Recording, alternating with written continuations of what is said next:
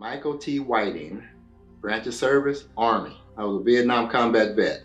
I was drafted.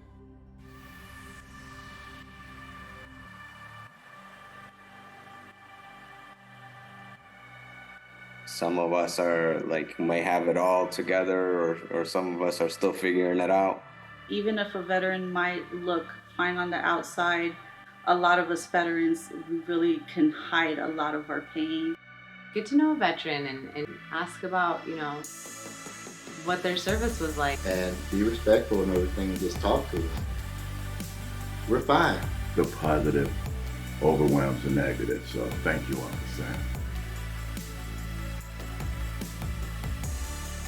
These are the greatest people in the world. There's absolutely no pretension. We just sit around and talk, we laugh, and we do good stuff.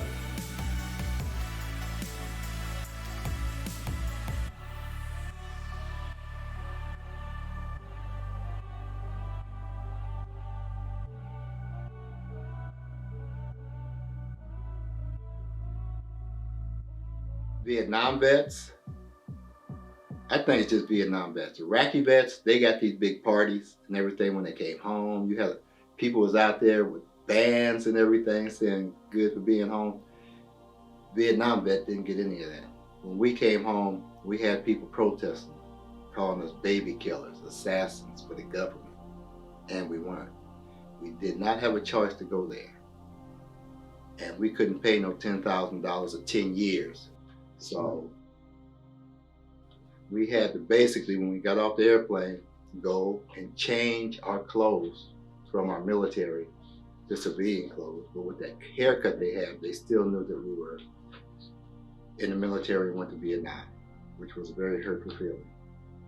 I did get wounded, shrapnel in the arm, and PTSD.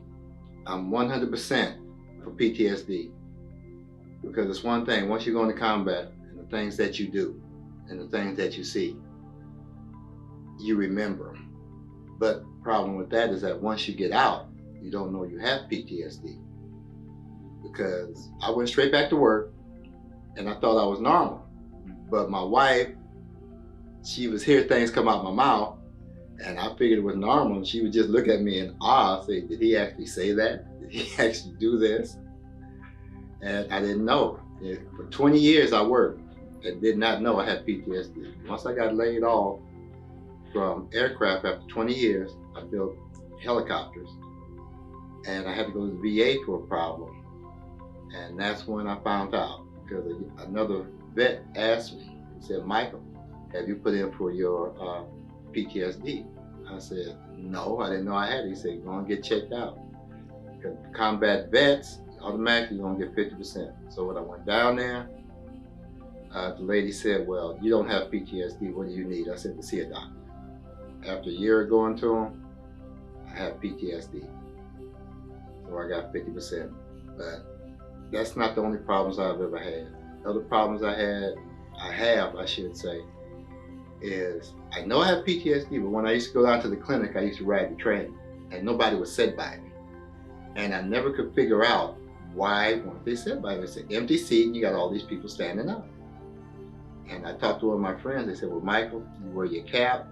People think that vets are crazy that was in Vietnam. And we really aren't. We just like you and anybody else. We do have stress levels, but otherwise we fine. We're compassionate and everything else. And the things that you've been hearing about vets, we're all not like that. And the only thing I hate is all of a sudden on Veterans Day, you love us. Then when Veterans Day is over, you can't stand us, don't want to be around us, you shy away from us. And it hurts a whole lot when we see people, look at us very strange, look at the body movement and everything, and basically just sort of go around you. You can't even say good morning without them looking at you and they don't answer back. And as long as you stay calm, and be respectful and everything and just talk to us, we're fine.